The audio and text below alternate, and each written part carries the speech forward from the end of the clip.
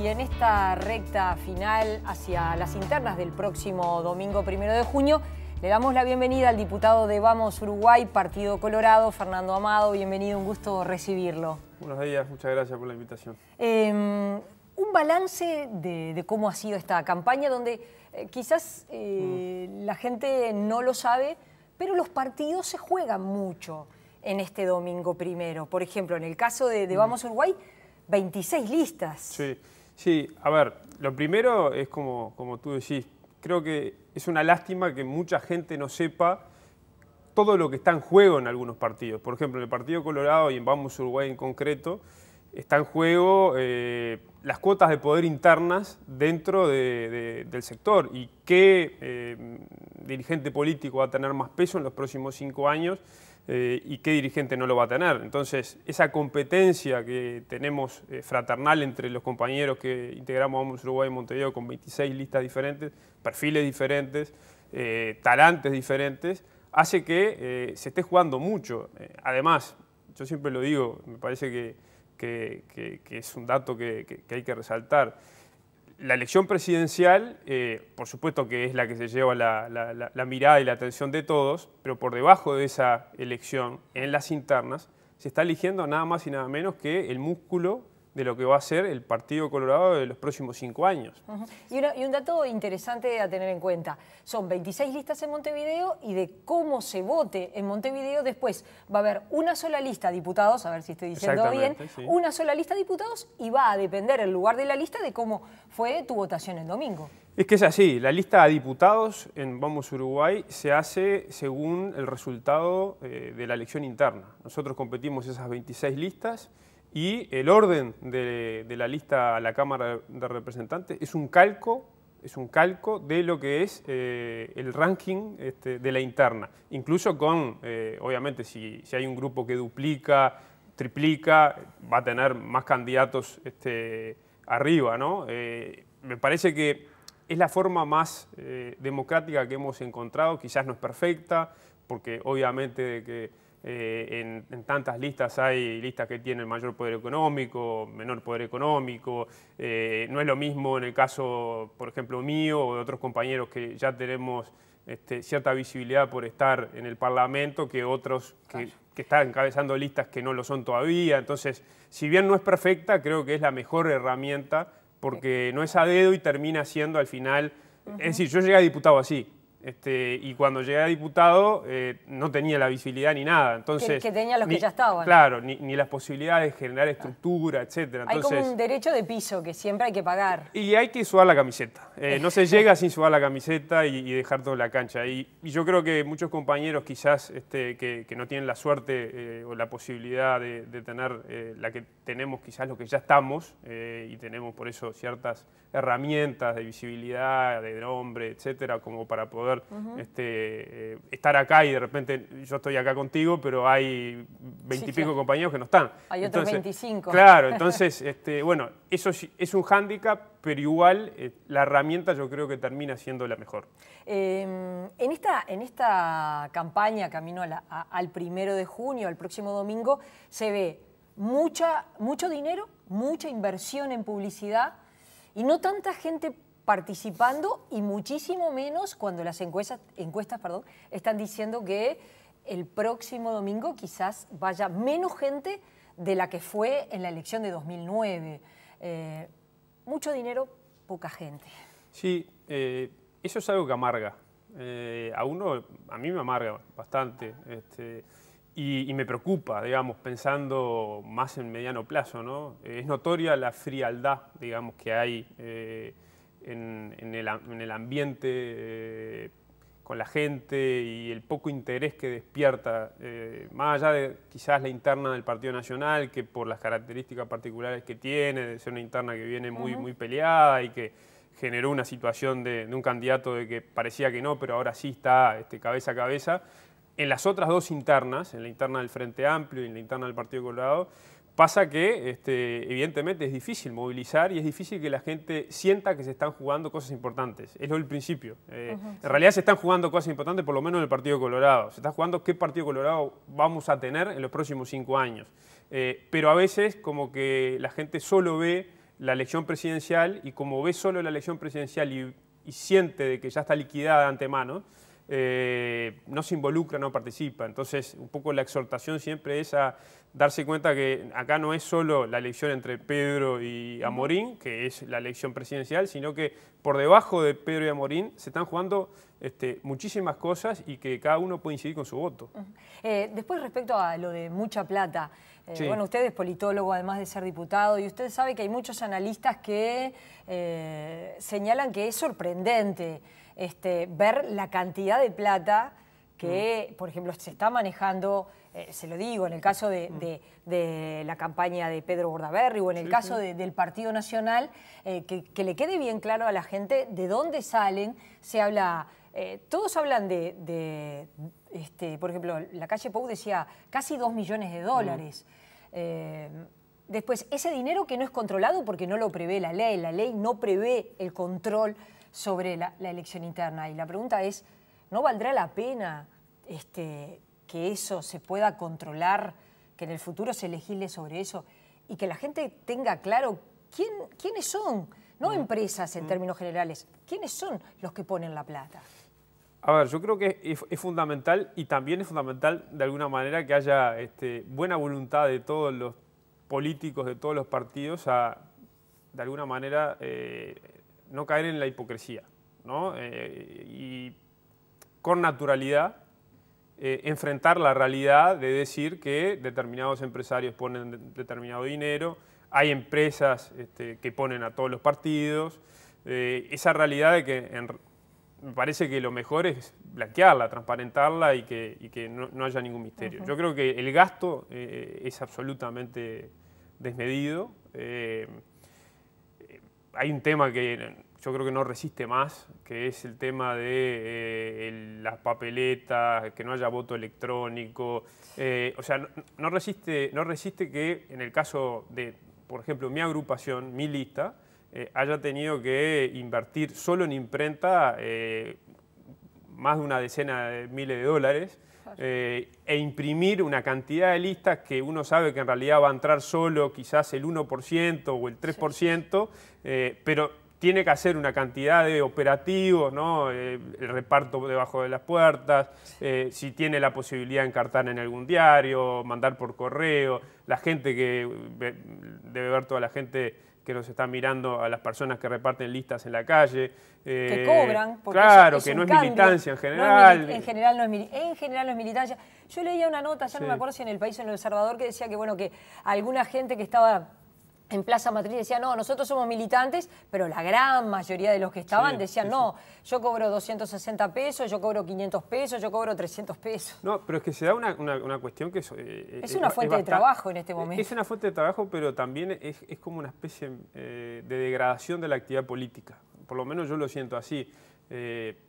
Uno apela a contratar gente que no sabe y tampoco termina importándole qué piensa, qué vota. Entonces le está dando un material que en realidad es representante de una cantidad de ideas, de un proyecto, de un sueño y que, o sea, va a ser dado como quien dan algo que no. Entonces esa situación realmente como que termina prostituyendo, me parece, de alguna manera, la fase, por lo menos, final de la actividad política, que es la de tratar de volantear la lista, de que la lista llegue a la gente. No se ve más o se ve muy poco militantes que estén repartiendo la lista, salvo en situaciones concretas, como de repente en una feria, los fines de semana. También es cierto que la gente tiene familia, tiene trabajo, no tiene tiempo, milita menos.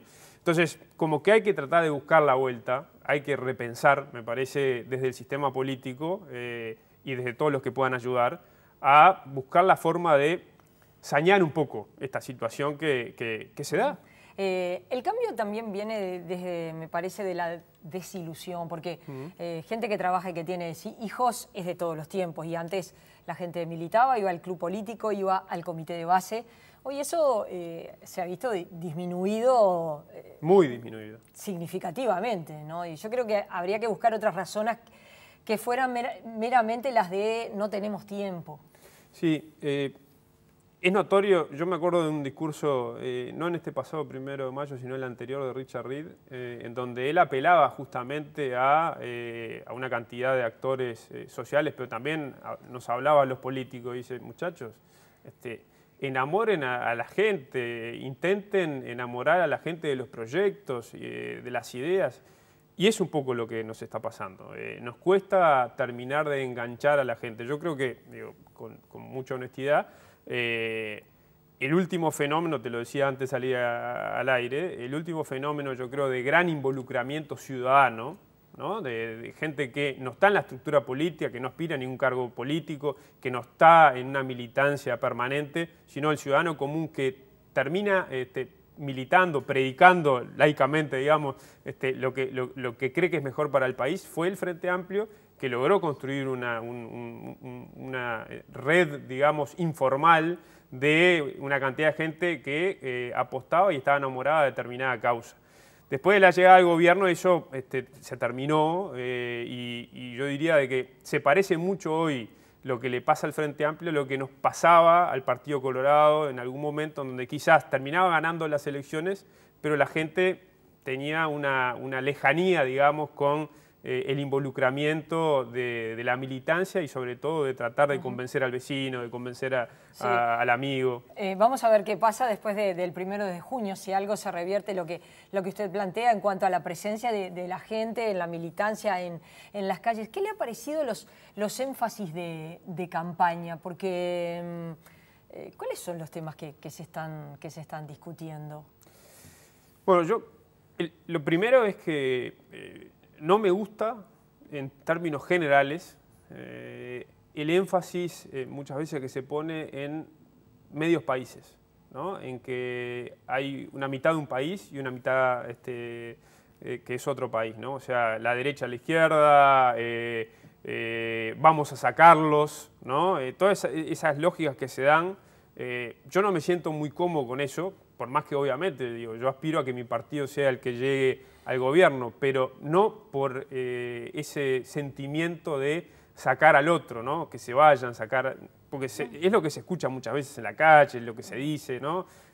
Vamos a ver si sacamos a estos, o del otro lado es que no vayan a volver los otros, ¿no? O sea, esa tónica, yo la verdad que me siento bastante incómodo cuando se cae en eso.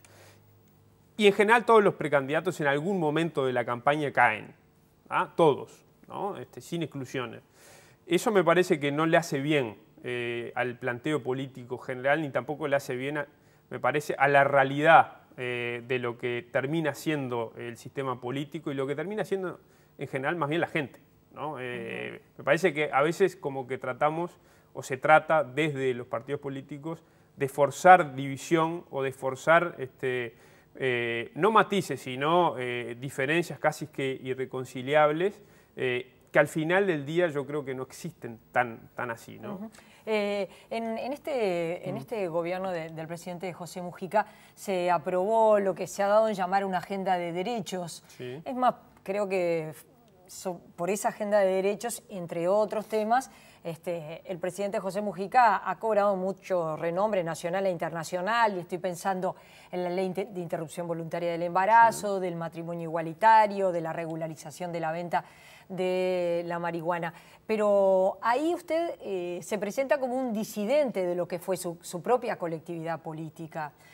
¿Cómo? Y bueno, el domingo se verá si la gente premia o no premia esa disidencia, porque, a ver, Bordaberry no estuvo de acuerdo con ninguno de estos temas. Sí, eso creo que fue muy claro en su momento y además estuvo bueno que pudiéramos, dentro de Vamos Uruguay, más allá de los pesos políticos, ¿no? Que obviamente Bordaberry, con quien habla, peso pluma, con un peso pesado, hayan podido intercambiar opiniones y enfrentarse en el sentido de las ideas en cada uno de esos temas.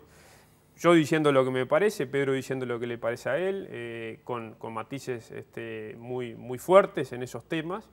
Y de alguna manera sí, o sea, el domingo yo diría que en ese sentido mi exhortación es a que, digo, el que se ha sentido, el colorado que se ha sentido más identificado con de repente posturas que hemos expresado y respaldado nosotros, en la disidencia, ¿sí? Y en minoría, bueno, la interna es la posibilidad de que ese marco de ideas, esa especie de columna ideológica en algunos temas, sea más grande y tenga más espalda para enfrentar el próximo quinquenio. Porque también yo estoy de acuerdo con que después en el Partido Colorado, yo estoy de acuerdo filosóficamente con que los cambios se hacen siempre desde adentro. O sea, se hacen desde adentro de la política, se hacen desde adentro de los partidos y en este caso me siento cómodo en tratar de hacer los cambios desde adentro de Vamos Uruguay. Entonces, la apuesta es que el soberano el domingo le dé un espaldarazo a uno para tratar de que en el próximo quinquenio seamos más y podamos, cuando se termina decidiendo por votación algún tema de estos, en vez de perder, ganar. ¿Usted cree que desde el Partido Colorado, que es en definitiva su colectividad, se le regaló esta agenda de derechos al Frente Amplio, en particular al presidente José Mujica, que los líderes partidarios se equivocaron en que, bueno, esto se logró gracias al presidente José Mujica, al Frente Amplio?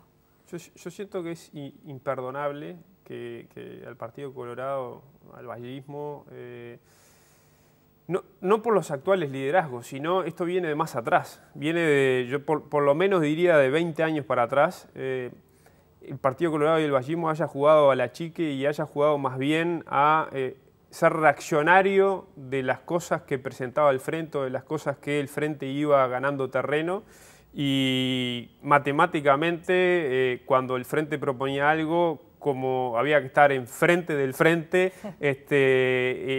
la reacción era no estar de acuerdo o irse como achicándose en una postura mucho más homogénea y conservadora. Entonces, es imperdonable, no solo en esos casos, algunos de los casos es muy discutible. Es natural de que dentro de una colectividad como el Partido Colorado existieran distintas opiniones, como la de la despenalización del aborto.